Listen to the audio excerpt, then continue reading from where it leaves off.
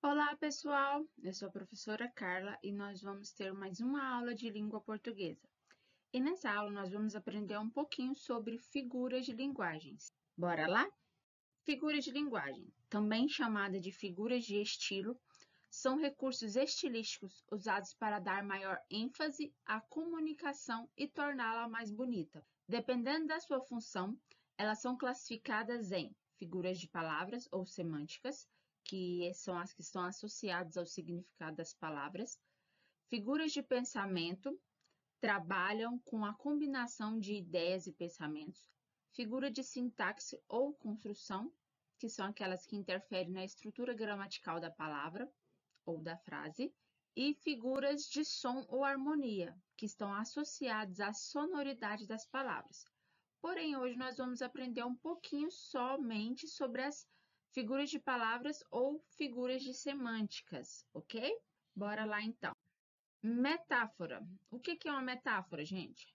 A metáfora representa uma comparação de palavras com significados diferentes e cujo termo comparativo fica subentendido na frase. Ou seja, ao fazer aquela frase e comparar com alguma coisa, ele vai ficar um termo subentendido, ele não vai ficar tão explícito. Olha o exemplo aí. João tem um coração de pedra. E aí? Quanta diferença você me faz. Coração de pedra me faz sofrer. E aí, gente? Quem já se apaixonou por alguém que tem um coração de pedra? É difícil, né? Isso não quer dizer que a pessoa literalmente tem um coração de pedra. Nós estamos usando uma metáfora aí. Está dizendo que a pessoa tem um coração que parece um coração de pedra, aquele coração que você não consegue entrar dentro dele, né? Então, quando nós falamos que João tem um coração de pedra, estamos dizendo que o João não é que literalmente ele tem o coração dele é de concreto, não. O João, ele tem um coração impenetrável, que não consegue receber carinho, não consegue receber sentimento e por aí vai. Entendido, pessoal? Ok até aí? Então vamos para a próxima. Comparação. Chamada de comparação explícita, ao contrário da metáfora, deixar bem claro aí. Nesse caso, são utilizados conectivos de comparação, como, assim, tal qual. Então, na comparação, você vai deixar bem resolvido que aquilo lá está acontecendo mesmo. Você está comparando uma coisa com outra. Vamos ver o exemplo? Seus olhos são como de jabuticabas. Então, existem uns olhos que parece que é iguaizinho de jabuticaba, dá para dizer que é uma comparação. Ele está comparando que aquele olho grande, aquele olho preto, ele é comparado às jabuticabas, que também são pretas, né? Olha essa tirinha que eu coloquei aí embaixo, ó. Qual mulher nunca passou por isso, hein, gente? Acorda, Armando. Você não sabe que o amor é como uma flor? Se não for regada e bem cuidada, ela murcha e morre? O Armando veio para ela, hã? Tipo assim, não entendi nada do que você falou, minha filha. Dá para você traduzir aí para mim? Ela já traz outra frase. O amor é como motor de carro, Armando. Se não trocar o óleo e não cuidar de mecânica na uma hora, ele não funciona mais.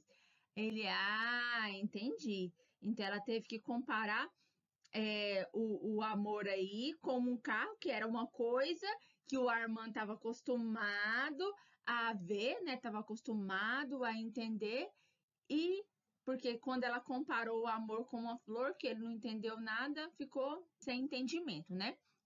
Então, por isso que ela resolveu falar assim, então vou trazer uma comparação mais pro lado do que ele entende, que nós vamos ficar certo na nossa frase aí e o nosso diálogo vai permanecer. Beleza, gente, com a comparação? Então, a comparação é algo que a gente usa explicitamente e a gente também utiliza algumas palavrinhas para ajudar, como assim ou tal qual, ok? Metonímia. O que é essa metonímia, pessoal? A metonímia é a transposição de significados considerado parte pelo todo, autor pela obra. Quem nunca ouviu essa seguinte frase aí, ó? Costumava ler Shakespeare. Costumava ler as obras de Shakespeare. Não quer dizer que ele pegava o Shakespeare lá, o escritor, e ia ler ele, né, pessoal? Ele costumava ler as obras de Shakespeare, ok?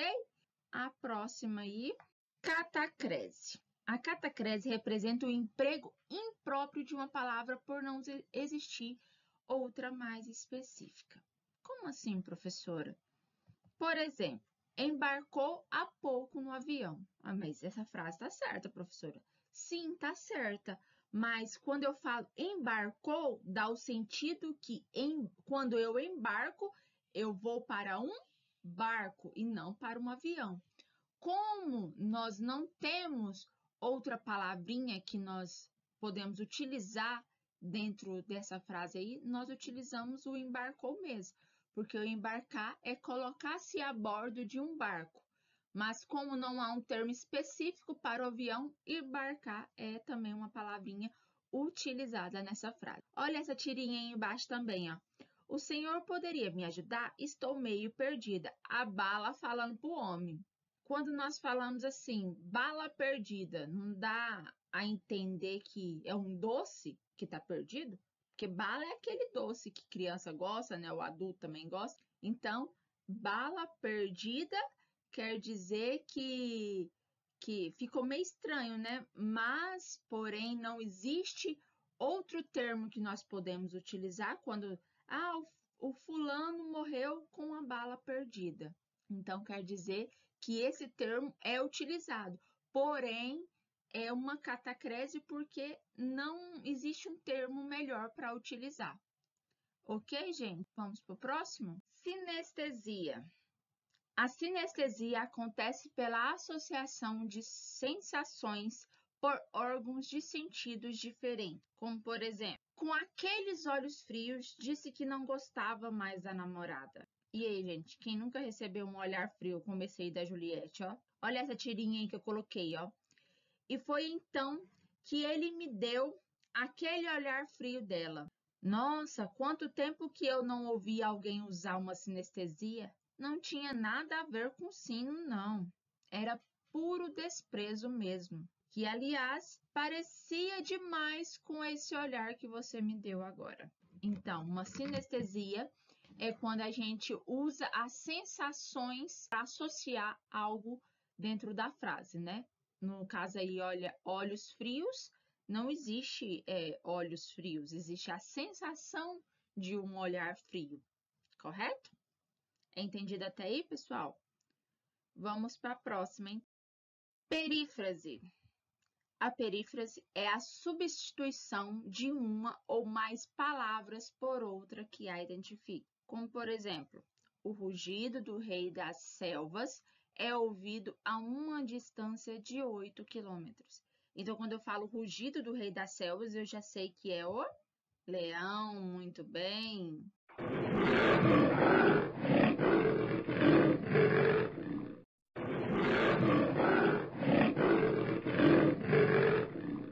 Quando eu falo rugido do rei das selvas, eu estou dizendo ao leão.